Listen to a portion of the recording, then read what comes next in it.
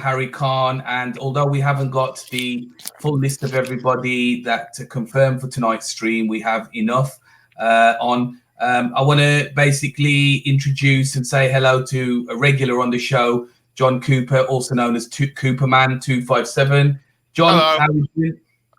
I'm fine. Good. Sorry we have a brand new guest to the show called Guy. Guy, thanks for joining us. Thank you very much for having me on. I'm the Labour Party Youth Officer for Hertsmere, and I'm excited to talk about the interesting subjects we have today. So, yeah, thank you. Absolutely. Guy, just remind us, how old are you and where are you from, mate? I'm currently 16 and I live in Hertsmere in Potters Bar. Love it. Okay, Potters Bar, I'm guessing the London area? Yeah, kind of just outside. Good stuff. My geography is just shite, so apologies if I get any of that wrong. And then we last but not least, our main guy, Cameron, who we've had on nearly every stream that we've held so far. Cameron, how you doing, mate? Not too bad. Hello, yeah, can we hear you, Cameron? Hello, not too bad. Good. We are expecting another guest, another brand new guest, but hopefully Rakil joins us a little bit later on.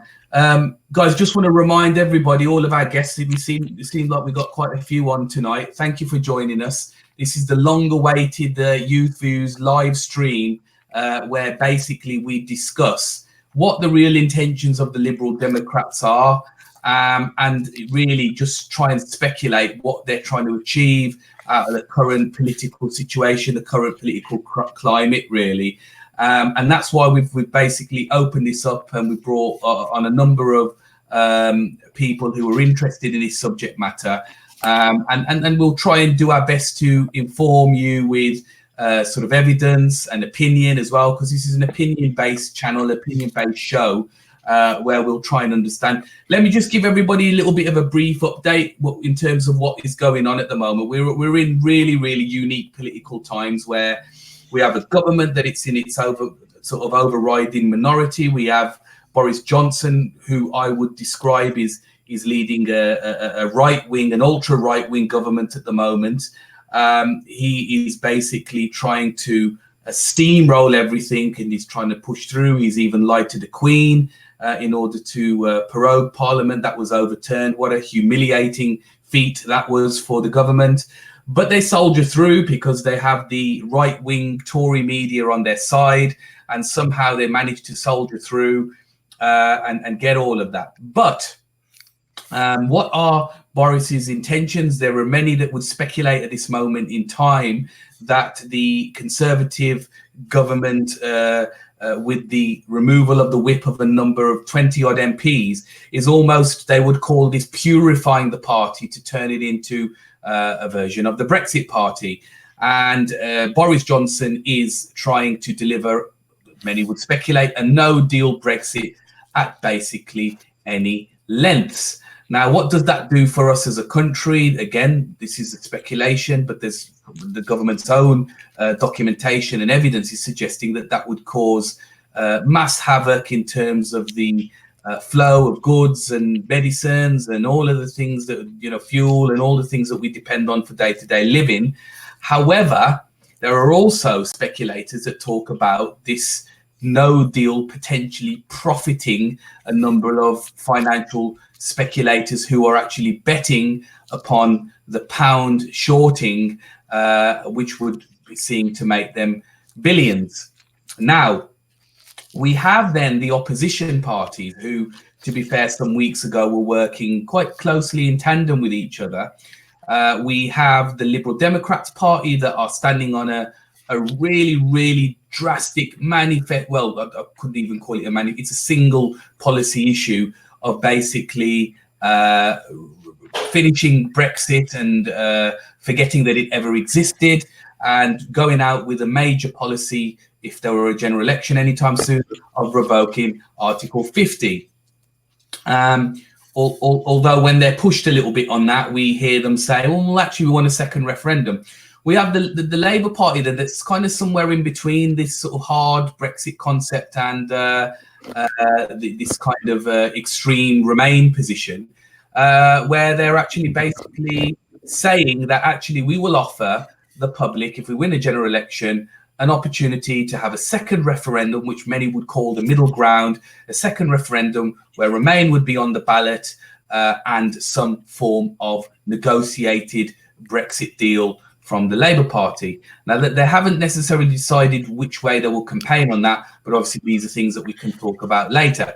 But what are we going to be talking about today, guys? We're going to be talking about where the Lib Dems' real position is, because as we know in the news and over the social media platforms in the last few weeks, and it's re-erupted again this week or the end part of last week, is the so-called Remain party that wants to destroy Brexit and revoke so-called Article 50, the ones who were anti-no deal, the soldiers of finishing no deal, are actually refusing, it could be said, to stop no deal. And I'll tell you guys how.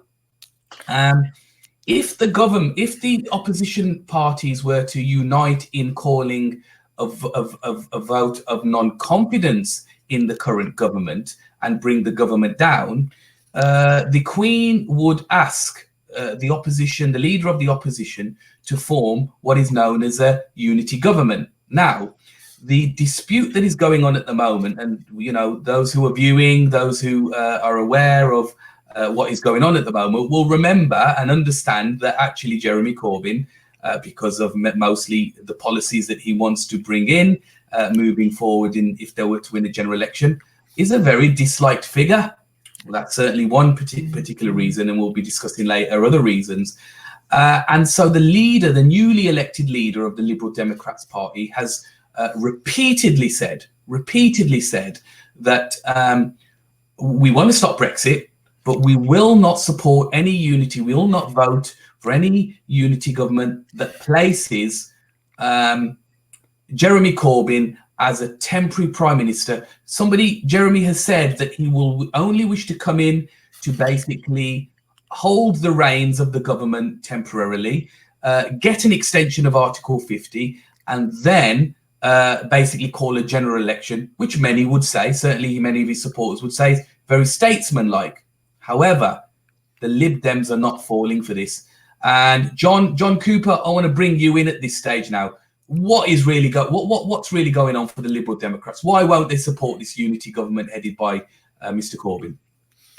Well, one, they dislike Corbyn, and I think is one of the reasons.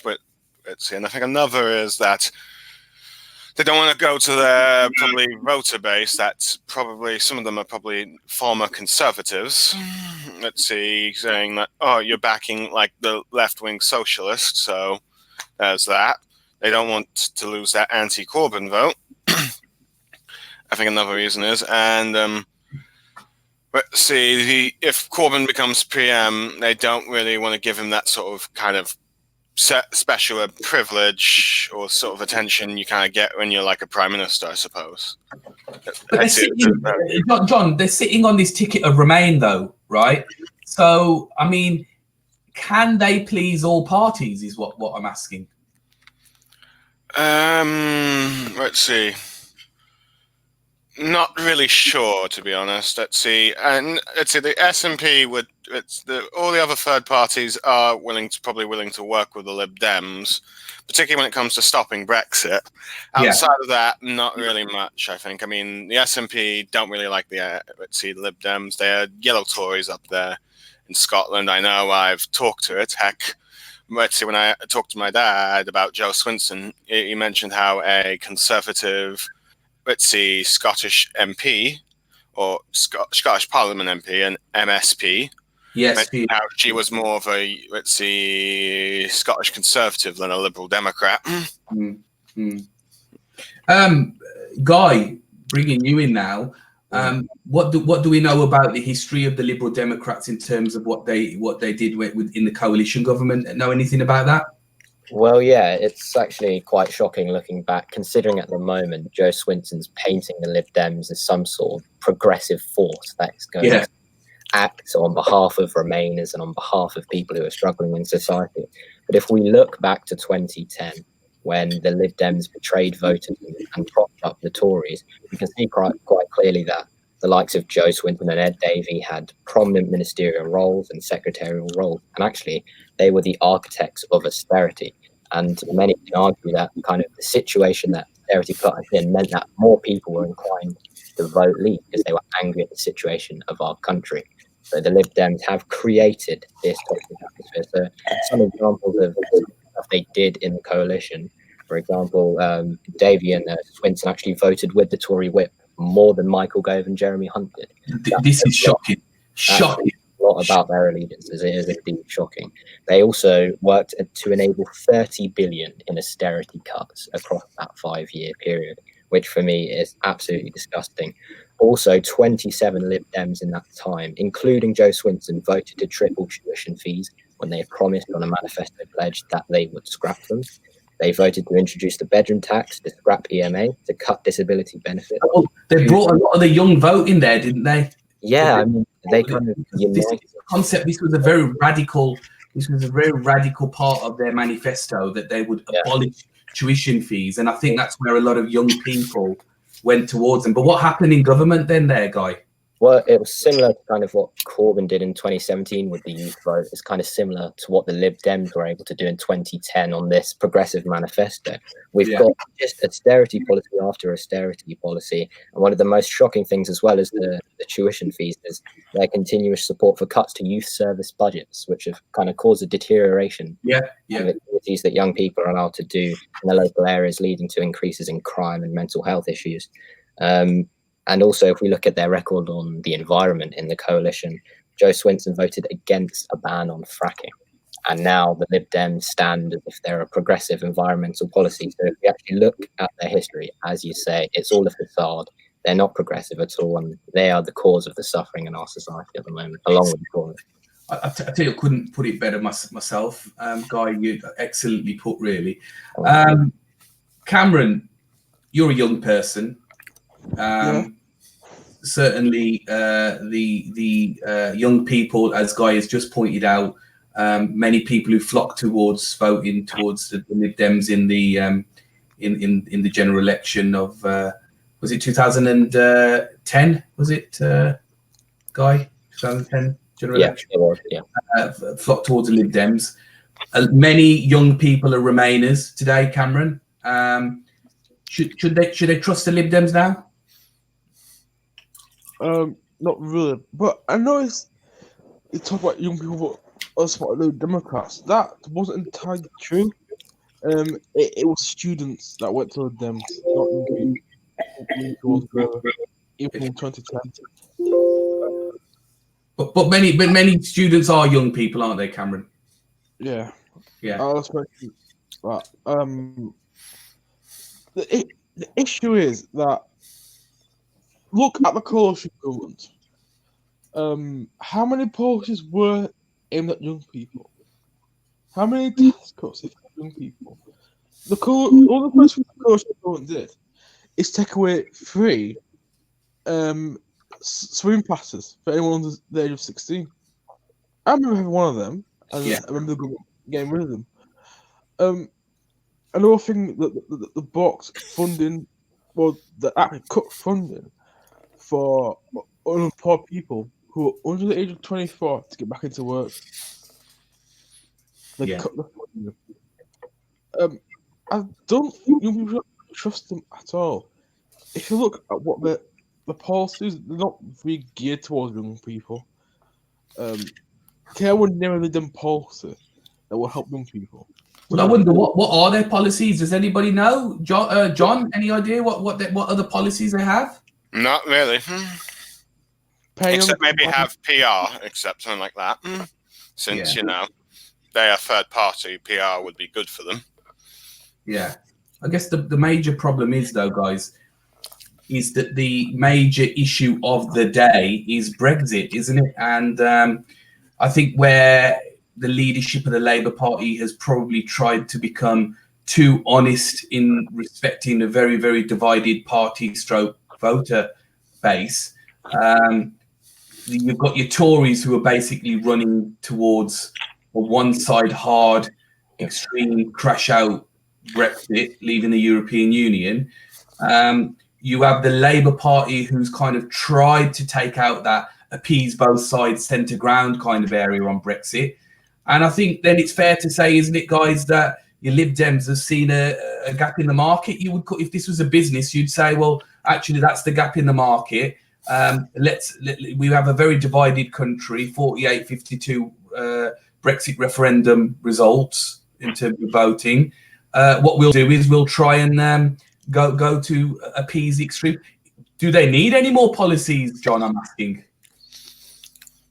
Who knows? They seem to be at least getting the Remain vote in, given the current polls. Heck, the current YouGov poll has them up ahead of the Labour Party.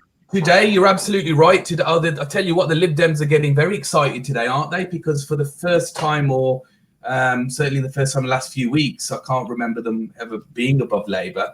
But is that a worry for Labour then, Guy? I want to just ask you, given that obviously typically the Labour Party just last week had their conference, then there's generally a little bit of a bounce in terms of polling. Should we take polling seriously, or should we be worried as a Labour Party or left-leaning sort of concept? Yeah, well, I'm slightly concerned, in all honesty, where Labour is in terms of polling at the moment. It's not really where we want to be. With our kind of radical ideas and policies, we should be doing a little bit better. But I just remind kind of everyone gently that if you look at the polling before the general election 2017, it put Labour at the exact same place that they are now. We ended up going from 24% to around 40% in the space of that general election campaign. So that should really turn things around. But the kind of the previous point you made about the Lib Dems almost spotting this opportunity to back Remain, I think at the time of the European elections, they did that quite well, and obviously they reaped the benefits. But now they've shifted even further, in almost this kind of far centrist Remain position, where they don't even want a people's vote anymore. They just want to outright revoke Article 50, which disrespects everyone, and it's extremely democratic. I believe even Caroline Lucas called that out. Yeah, exactly. I tell you what, I'm not a great fan of Caroline Lucas, believe me, but I have to say, especially when she came out with that women's only prime minister, she must have been smoking some high grade cannabis that day. Green Party, after all. I have to say though that she truly, if she's certainly putting her money where her mouth is, because I mean she sits with the Dems in the House of Parliament, but she called her out, and I like that, because she basically said, listen, you guys are trying to stop no deal like the rest of us. What are you playing at? You need to back. Everybody needs to back. All of the opposition need to back Mr. Corbyn. Let's get through this. She's clearly got more trust from Mr. Corbyn than Swinson. But let's have a look, Cameron, have a look at that comment on screen now. Pancho Sanders, sorry if I've not pronounced that correctly. Swinson doesn't care about Brexit or not. She only cares about posing as an ultra Remainer. What do you reckon? Well, Liberal Democrats are always they're shifting in this issue. Before 2010, the Liberal Democrats' position was to have a referendum on membership of the European Union. And there's a video of Joe Swinson saying that. Yeah, I believe Piers Morgan called her out for it when she was on Good Morning Britain a few weeks back. I saw that. Again, I'm not a fan of him. If you look at Swinson, really, she's a self-serving politician and a career that read out for herself. She is exploiting the enormous amount of divisions in this country. Yeah. Again, and they have no interest in helping ordinary people. In the conference, she would actually act on austerity. She refused to apologize or recognize it. She just called it tough decisions. And one little thing that caught my eye in that interview, she accused Boris Johnson of having a magic money tree. She accused Boris Johnson of what? Sorry, Cameron. In having a magic money tree. Yes, she did. She did. Yeah. And that's just thinking what sort of person Swinson actually is. Well, she's been, if you think about it, she's been all over the place on a number of policies, hasn't she? Because, Guy, you mentioned fracking earlier, didn't you?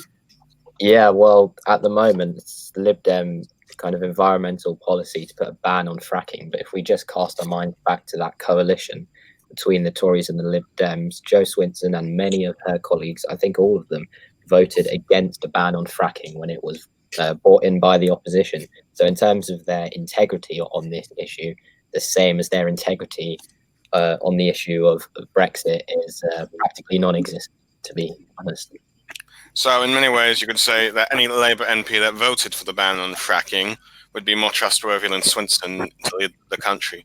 But yeah, another thing I wanted to bring out, though, even though there was a poll that had the Lib Dems ahead of Labour, there was also another sort of polling of sorts of opinion about the leaderships of the two parties.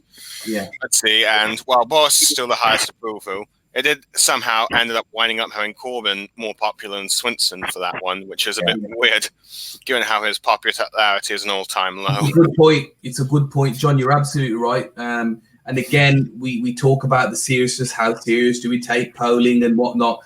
But I mean, that certainly is a true statistic that was coming up in the polling. Is that Corbyn is still ahead of Swinson in terms of leadership, isn't she?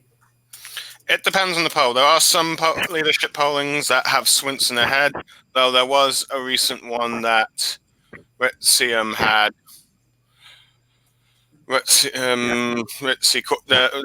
Corbyn ahead, which I am just about to look up on Twitter.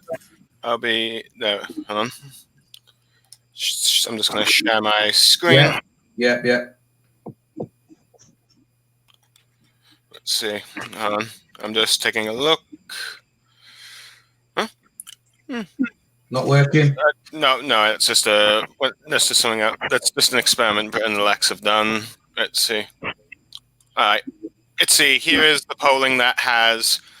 Let's see. The Conservatives 34 points, and let's see Lib Dems on 23 and Labour on 21.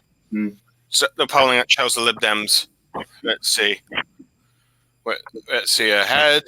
Though granted, I am just not convinced this is going to be the case. And here's the one from Opinion Research, which has Johnson on 27 -2, Corbyn on 16 +3, Swinson on 14, Brexit from the last time, and Farage on 8 -1. Yeah. Well, that's interesting, and again, I want to just come back to the fracking thing because. Oh wait, I didn't actually show the share screen. My mistake. Yeah, well, that's what I was wondering. But don't worry about it. Here you can share it now, though, if you want to, John. That's here the polling. Let's see, YouGov. See here. Let's see, and Liddy leadership. Okay, there you go. We can see it there. Yeah, got that. So again, I mean, does that tell us? I mean, look again. Let's bring back this fracking situation, this fracking thing, because what we understand, and I want to move this conversation on to donors now, sort of Liberal Democrat donors, is what we understand. Just looking at the donors, is that one of the donors of the Liberal Democrats was actually, and this is how silly this gets, was actually the owner of a number of fracking licenses, right? And she was actually talked to about this and called upon it in terms of, well, what's your view on fracking, Jo Swinson? And she says, yes, I'm anti-fracking. I'm very much against fracking. So I think it was Victoria Derbyshire. I'm pretty sure it was Victoria Derbyshire. She says, well, how come one of your major donors is blah, blah, blah, blah, blah, and he has fracking licenses? And she absolutely lost. She couldn't answer the question properly. She said, oh, well, he's also done this for the environment and there's this, and just because he's got this. And I think that uncovers a lot of hypocrisy, guys, to be honest with you. Yeah. And I think that's probably why she's not a trustable leader out of all of the leaders. And well, I think it's fair to say that, you know, we take these polls with a pinch of salt. But let's move this on a little bit. I want to bring you back in, Guy. Yeah. What do we know about the Liberal Democrat donors? Who are the prominent donors to their party, and what are their sort of value base or political sort of intention case? Well, as you rightly raised, she did, the Lib Dems did receive a really large donation from someone quite involved in the field of fracking. So it was July 2017, where Swinson took a personal donation of £10,000 from a guy called Mark Peterson. Now, he's a director of Warwick Energy, which is a company with fracking licenses across the entirety of England. And she also received a further 4,000 from him in January 2018. Now, if the Lib Dems were an anti-fracking party, they would have taken that 14,000 sum and given it right back, because that is not the way to show integrity, and that's not the way to show honesty. If we also look at Swinson's record again, these donations, alongside the fact that she voted against the fracking ban, she voted a review of the industry's environmental, health and social effects, and against requiring frackers to get environmental permits. So was she potentially lobbied by this guy who has all of these fracking licenses across England? Was this money a bribe to make sure that she wouldn't vote to clamp down on that? It's all speculation, but it's quite interesting to consider. Yeah, absolutely. I mean, look, there was a show on Radio 5 Live this morning, Emma Barnett show, where I can't remember this guy's name, but he was a writer and basically the Tory party's biggest donor of something like £5 million some years ago.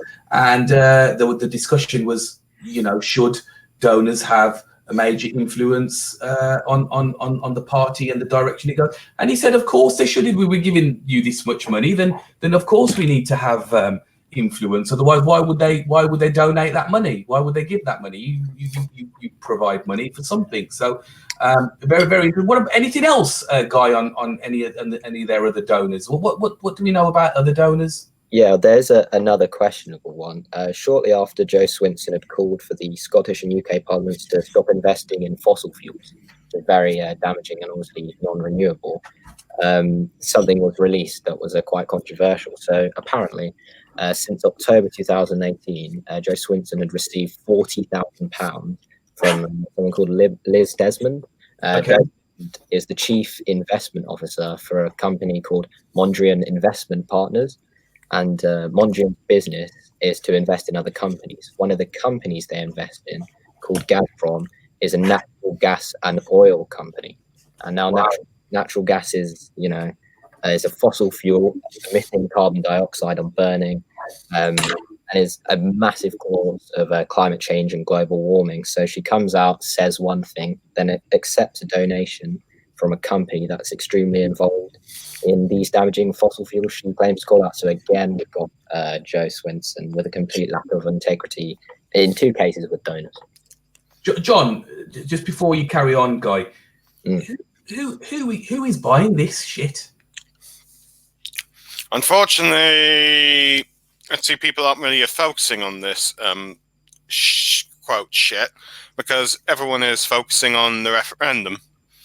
Let's see,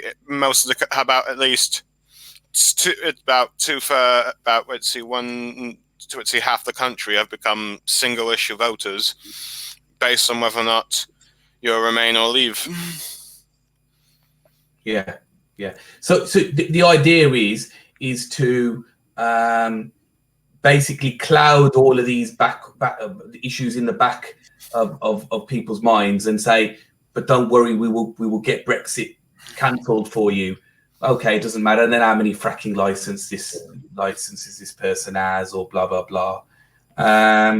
We've got Leon King. I think it's the same Leon that we know. Leon King says in the comments here, how many fracking sites does this guy have? Does anybody know that? Do we know that at all, or is it a rhetorical question? Leon? No, it's probably a rhetorical question, given the fact that Leon is a massive Lib Dem supporter. He is, and Leon, if you want to come in on the stream, then please message me directly, and we can bring you on. We've got room for 1, 2, 3. So we've got room for a couple more. So it would be good to get you in on the debate if you want to. And he also then asks, as I can show you on the comments, also policies made by the members, not by the donors. I think it's a contentious area, that is. Cameron, want to bring you back in here now to answer Leon directly. He says a policy made by the members. I mean, I notice he has said policy is made, which is singular, not plural. So what's your view on that, Cam? Well, to do vote on their policy at the conference, that's not wrong. Sorry, I can't hear you. To do vote on their policy at their conference. Yeah. The motion to vote Article 50, if they get a majority government, came from the members at the conference. Yeah. But what I guess what the question here is about what we were talking about earlier, the influencing of donors. Do donors have a link? Because it sounds what Leon is saying is policies made by the members. I mean, I would love Leon to come in and discuss this. But what I would say to Leon is, and we've had many a debate in our Twitter group, no doubt, is that why, if you were a wealthy businessman or woman and you wanted to, what would trigger you to make a donation of a sizable sum to a political party if you were not going to influence policy in any way? Discussion, guys. It depends on the policies that parties advocate and want.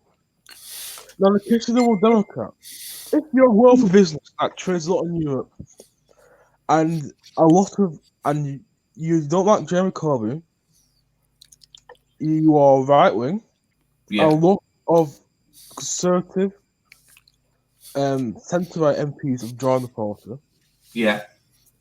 You will see it as a safe option, as opposed to Labour. It does remain like Tory style figures that would donate in more sums to the Democrats.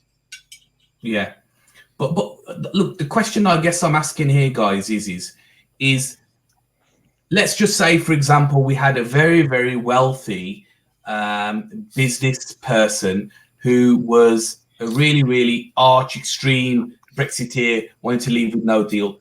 Is he or she likely to be donating to the Liberal Democrats Party, for example? Let's see. I can see possibly, yes. And in many ways, you could argue the Liberal Democrats are currently, let's see, the Clinton side of the US Democrats in a sense. Yeah. Well, Corbyn's the more Bernie Sanders style, let's see, Democrats, and Boris Johnson is becoming more of like the Trump style Republicans. Yeah. Well, this is where shit gets a little bit more serious then, guys, because I don't know if you can see this on your screen. I can see it on my screen.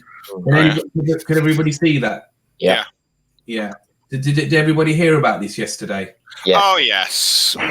So this is where shit gets a little bit more serious now, doesn't it? If we think about it. Because we have Joe Swinson and co saying, we must stop no deal. Boris is this, Boris is that. He wants to do no deal. He wants to take this country over a cliff edge. Okay, and then we have, as we discussed earlier, we've got a way out of this, haven't we, if you think about it, right? Very, very simple for anybody who's out there and not too afraid with how the system works. And none of us here are ultimate sort of experts on this, but I think it's been well documented that if the opposition parties call now, look, the government are in a minority at the moment, right? If the opposition calls for a vote of no confidence in the government, and it's voted for, the numbers are there, right? The government will perish. It will be finished, right? Yeah, become the opposition. Absolutely. In which case, the opposition then will have an opportunity to form a government, what they would call a minority or a unity government.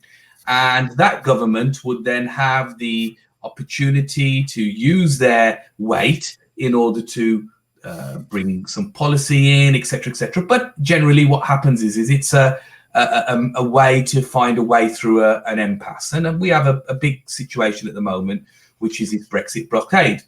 So then you have, as we mentioned earlier, the two extreme sides of it. We have then the Liberal Democrats who are saying, and I don't know why I keep on calling them Liberal Democrats. We should be calling them the Fib Dems, really, because of the amount of lies we've already discussed today. And there's many more.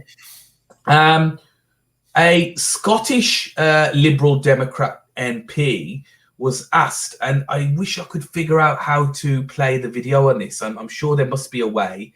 I don't know in the background, John, if you can find that video. It would be great if you could and play it for us. This chap here was asked by a reporter, this MP, what would you prefer, sir? What's the worst case? Is Jeremy Corbyn being installed as a prime minister? Would you prefer, or would you prefer a no-deal Brexit? Let's not forget here, this is a Liberal Democrat, Scottish Liberal Democrat MP. And Guy, what was his answer? Well, he's let us all down, and he's let his party down because he chose no deal. I found the video, so let me see if I can. Let's see if we can bring that video on. Okay, here's the video.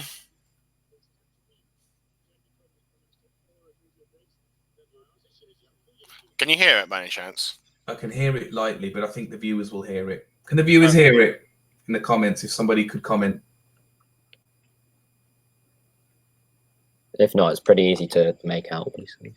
Yeah.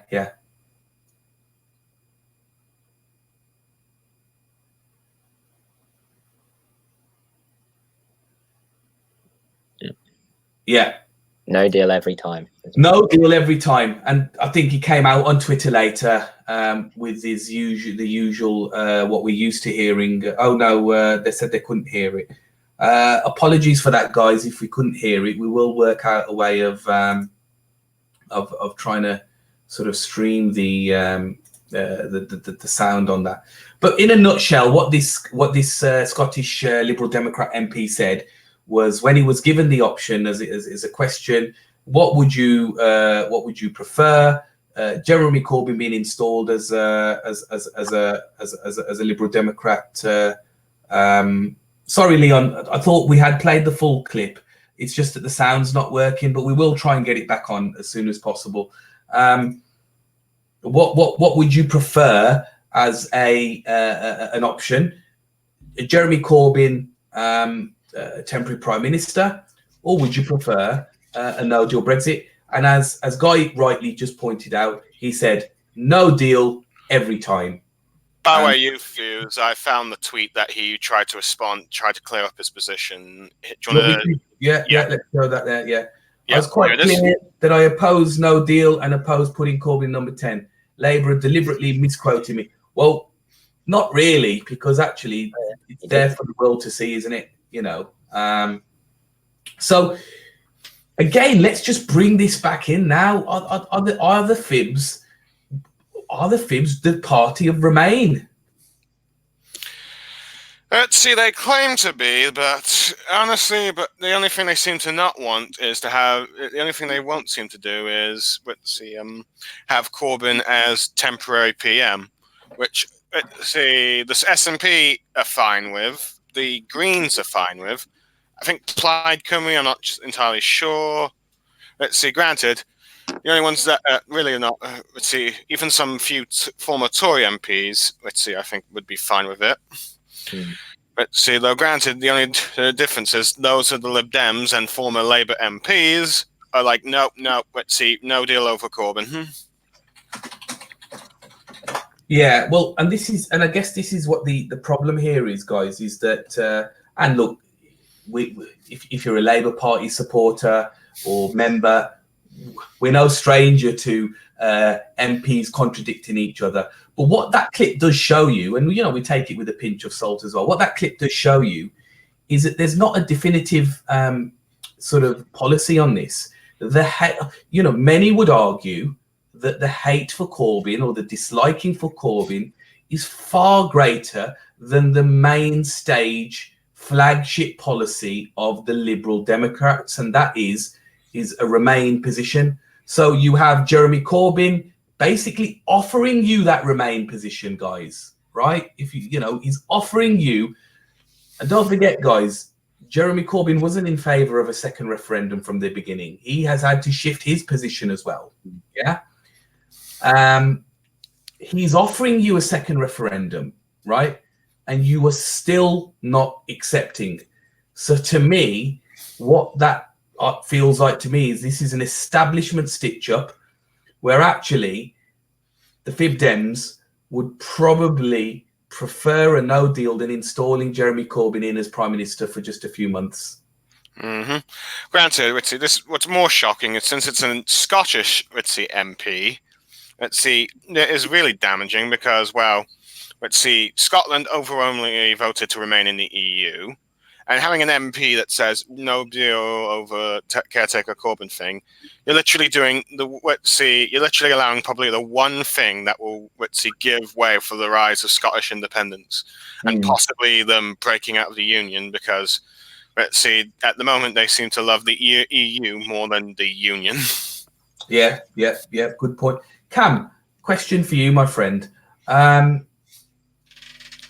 Is Jo Swinson afraid of a general election? Could that be it? No, she's not. That's Really? the best thing to have. All right. In a general election, they was guaranteed to win a handful of seats. Mm-hmm. They've got very little to lose. They're shipping the MPs that defected them to seats that are likely to go to the Dems. Yeah. I don't think they're afraid of them. What about her own? Cam, what about her own seat though? Isn't her own seat at risk? I don't think it is. SNP could do well there, but I don't think they'll lose it. Plus, my father seems to think. Sorry, Cam, I'll let you finish. If they'll think they'll lose it, they'll take her out of that seat. Like do people like Chucker and Emma, lose and Berger. They'll move her somewhere else.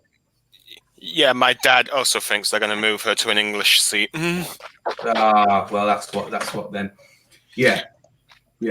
Because there was talk, again, this was just talk, just rumours, there was talk of a Tory Lib Dem pact up in Scotland, because don't forget there was also talk of a pact, sort of an agreement between Labour and SNP, should it go to a hung parliament, where the SNP would be sort of backing Labour's position. In order to counter that, there was talk, and I must stress it was talk, nothing confirmed in terms of evidence on this, that Jo Swinson was talking to. We must have all heard on social media about those secret phone calls with Boris Johnson, haven't we?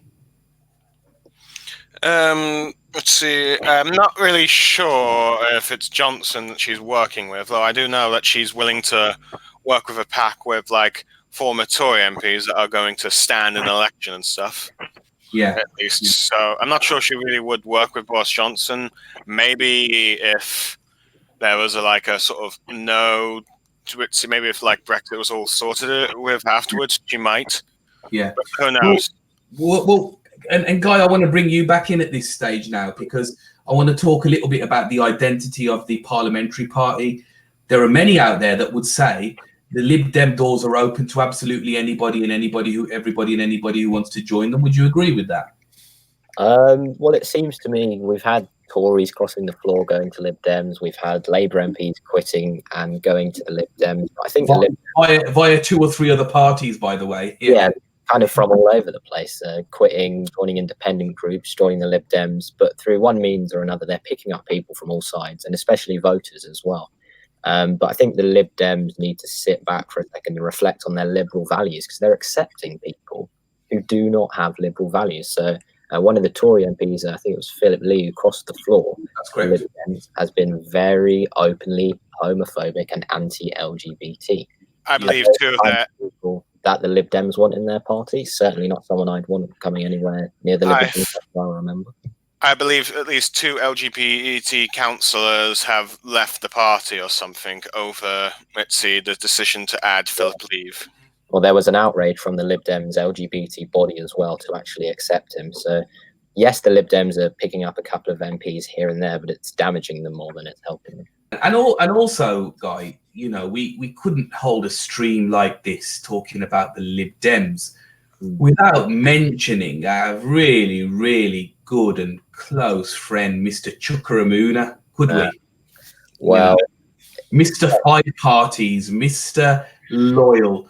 And I tell you something. If you ever get 5 minutes, guys, go on YouTube, go and type in, Chukwuemeka contradictions or just something like that. And that guy, Chuka, right, is a walking contradiction. He's slagged off the Liberal Democrats. Never trusted. You only need to go and look through his Twitter account to see the amount of double crossing he's done on himself, right? Guy, what vein does that man sit as a member of parliament? See, I also like to point out Luciana Berger and Angela Smith have also said bad trash talk about the Lib Dems, and they've also joined the party. But yes, Chukwuemeka, he changed his party more than Theresa May U-turns. And I'll tell you something, guys, if you Lib Dem voters out there, you want to watch out for Chukwuemeka, because he's coming for Joe Swinson's leadership role. He is, let me tell you that. He's only pissed off because he couldn't become Labour leader when he didn't even stand. You know what I mean? That's half the joke. I believe he was originally standing, but then backed off when for family issues on his part. But hey, yeah. So he didn't stand really, did he? So then you got Cam's trying to come in. Go on, Cam. I have to say this about Chukwuemeka. He doesn't want any sort of leadership. He just wants to advance his career. Every time he gets opportunity to leadership, people like Anna Super talk about this all the time. He runs away from it. Yeah. He went away from the Labour leadership. He went away from the Change UK leadership. He doesn't want leadership. So for some reason, he's faster of it. I think Chukwuemeka just wants centrist politics to have a role, but not be the front face of it. I think he feels a bit anxious about it. Look at the history of him. He never steps up when he has to. I don't think he wants to be a leader of the Dems. Well, let's watch this space. But if Chuka's ever watching this, or if you're watching now, how did Change UK go, mate? How did that sort of political experiment? A tweet from Chukwuemeka in which he's kind of contradicted himself. Say again, Guy. I'll just read out a tweet quickly from Chukwuemeka. Go on, yeah. So he was asked back in 2016, shortly after the referendum, when there was, a lot of divisive kind of issues going on. Someone asked him on Twitter, surely if Labour MPs had guts, we'll soon see Owen Smith, Chukwuemeka, Yvette Cooper and Paddy Ashdown, Tim Farron and the new movement. And he replied, and this is word for word, absolutely. The courageous thing to do is stay in our party. If we leave and split, we give your Tory party decades in office. No thanks. And what has he done? He's left the movement and gone against his own word. He's a man of U-turns and a man of contradictions, and someone no one can trust. In my ends, we call that full of shit. But that's one way to put it. There you go. Okay, guys, listen. I think we've covered quite a few issues. I think what we have learned in summary from today's stream is the Liberal Democrats went into coalition with the Conservative Party, making an abundance of promises to many students and young people, or many of whom were students. They went into government because it's probably the only chance that they will ever have had to get into government. But instead of holding their values to account within that government, they basically just foiled and increased the dishonesty and broke far bigger promises than they could have done. We have them now in the modern era where actually they had an opportunity to turn around some of those failed promises and really show some integrity. They have managed to take advantage of a gap in what we call the Brexit market at this moment in time. They have managed to claw up a good base, an increase in membership, because we have a very, very divided country, nearly 50% one side, 50% on the other. Some may argue that the Remainer side is slightly higher than the Leave side, but nobody truly knows. And the party had an opportunity to actually bring in some good progressive policies and stamp down that value base and become a real, true centrist party, and squash some of those dishonest policies that they broke in the past. instead, since the election of Joe Swinson, their new leader, who has sat on a policy and manifesto, single issue manifesto of wishing to stop Brexit, what we have found is a policy and a style of leadership that seeks to divide this country, intentionally or unintentionally, however you wish to see it, divide this country more by calling for the cancellation or the revocation of Article 50. So disillusioning the other half of the country, right? We have a number of policies where she's questioned on and still standing, for example, the fracking issue. And by the words of, we are an anti-fracking party, except we have some donors who are the owners of fracking licenses. And we then have this major issue of the lack of support for the leader of Her Majesty's opposition, the only person who would be able to form, the only person who has the majority of MPs that would be able to lead this unity government to get us through this impasse, take us through with an extension and possibly a general election, which will lead us into agreeing that Joe Swinson and the Liberal Democrats are pro-fracking. They're frackers, they're Brexiteers, but more than anything, they're not Tory light, as a lot of people are saying. They're fully Tory. Mm-hmm. And I think that's what we need to take from today's stream. Listen, I want to thank each and every one of my guests tonight. Cameron, my man from up north, thanks for joining us. Thank you for letting come on. No problem. We have John Cooper, my man. Thank you for joining us, John. Really been a pleasure. Good to be here. And I have to say, Guy, you know, again, proud to host someone as young as 16 with such vast knowledge and how you articulate your points. My friend, you are going to go far in this game. Well, thank you very much, but thank you, for allowing me to come on this platform. It's been a privilege to come on here, and I hope I can come back again. But yeah, thank you so much. Of course, always welcome, my friend. But more than anything, I want to say thank you to all of our viewers tonight. And it's been really, I've just been watching on the comments as well. It's been really entertaining to read some of our comments tonight, and we want to encourage this in the future, guys. We want comments, so we want to become a little bit more interactive. Listen, guys, please help us grow this channel. It's all self-funded. It's really just to try and help the cause, help the socialist cause. But we welcome people from different ideologies, provided that we talk to each other with respect. If you're a Tory, you're welcome to come on and debate with us. If you're a Lib Dem, we have a number of Lib Dems that have been talking in the chat tonight. Always welcome to join us on the show. We're all about the peace, love, and respect. Please help us grow the channel. Please like, subscribe, share the content. I've been Harry Khan from Youth Views. We look forward to seeing you all again in the future. Good night and God bless. Good night, guys. Good night.